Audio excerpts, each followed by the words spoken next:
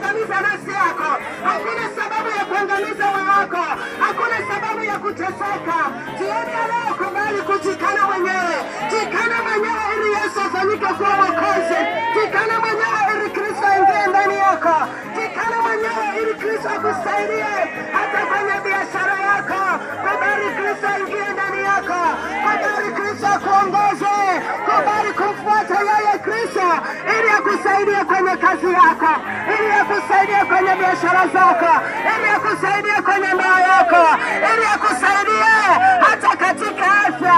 Ili mradi umekubali kujikana, ni lazima uzima utaingia ndani yako.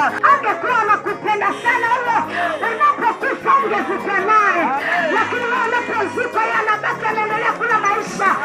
Unapozikwa anatafuta mume wengine, unapozikwa anatafuta wake wengine, unapozikwa anaenda kwa rafiki yako anamwambia anajua nakupenda sana.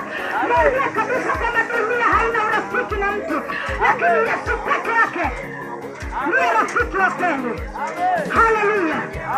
Msaada wa kweli uko kwenye upendo wa huyu Yesu ambaye amejitoa kwenye maisha yetu, amejitoa kuwa msaada, amejitoa kubeba shida zetu, kubeba na fadhaa zetu, kwa sababu alitupenda. Na Mungu anatupenda sisi wanadamu, ndio maana alituhurumia akatutoa kwenye shida, akatutoa kwenye taabu mbalimbali. Hatukuwa hivi tulivyo, bali tulikuwa tumechakaa, tulikuwa tumjui Mungu, lakini Mungu alipoingia ndani yetu, Yesu Kristo alifanyika kuwa Bwana na Mwokozi wa maisha yetu. Ndio maana leo tunasimama, tunapata ujasiri wa kukutangazia habari hii ya upendo wa Mungu, kwa sababu tunamjua ambaye tunamwamini, kwa sababu ameachilia upendo kwenye maisha yetu. Nina habari njema kwako wewe mwanadamu, umwamini Yesu leo ili aachilie upendo.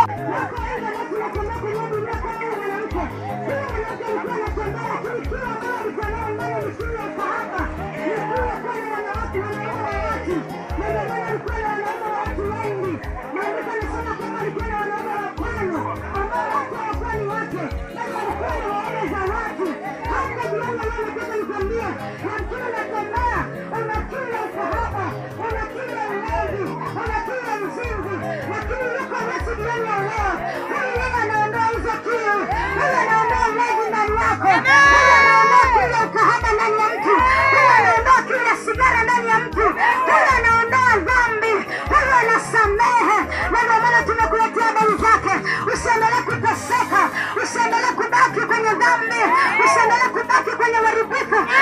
Yesu leo huyu mwanamke aliweza kukombolewa, huyu mwanamke alitolewa kwenye ukahaba.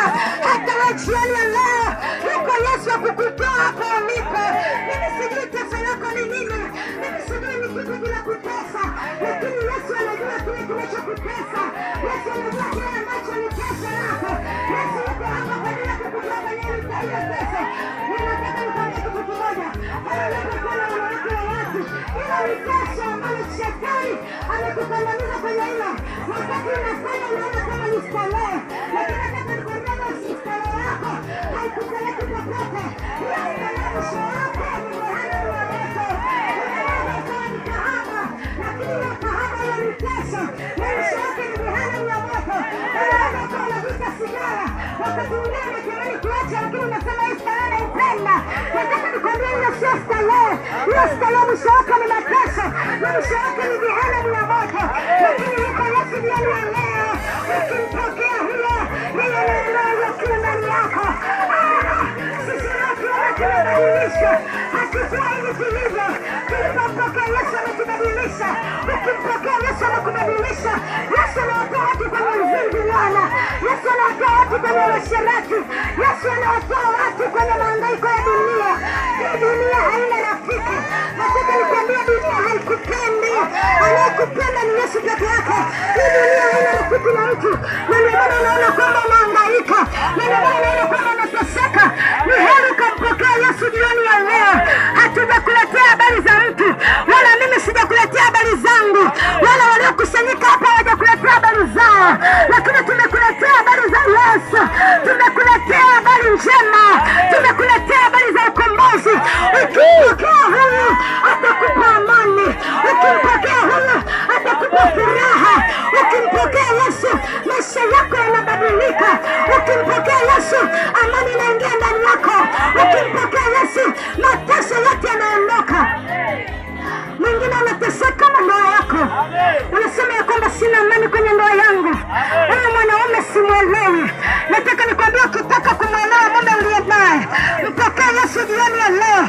Hata yule mume wako ambaye haeleweki ataanza kueleweka.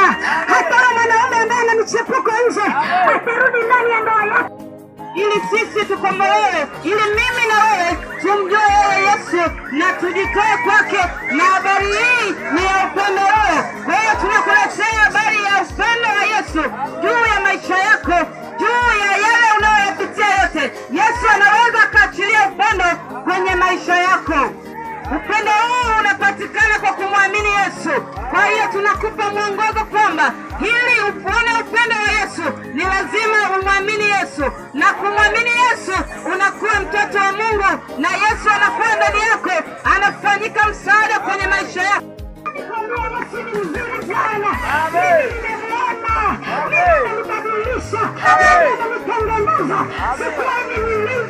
Lakini Yesu amenitengeneza. Nilikuwa kwenye dhambi, lakini Yesu kakubadilisha. Yesu amenibadilisha mimi, hata na wewe anaweza kukubadilisha. Yesu amenitengeneza mimi, hata wewe anaweza kukutengeneza. Kama Yesu amenifinyanga mimi, hata wewe anaweza kukufinyanga. Hata wewe anaweza kukufinyanga. Hata wewe anaweza kukubadilisha. Yuko Yesu jioni ya leo. Mpokee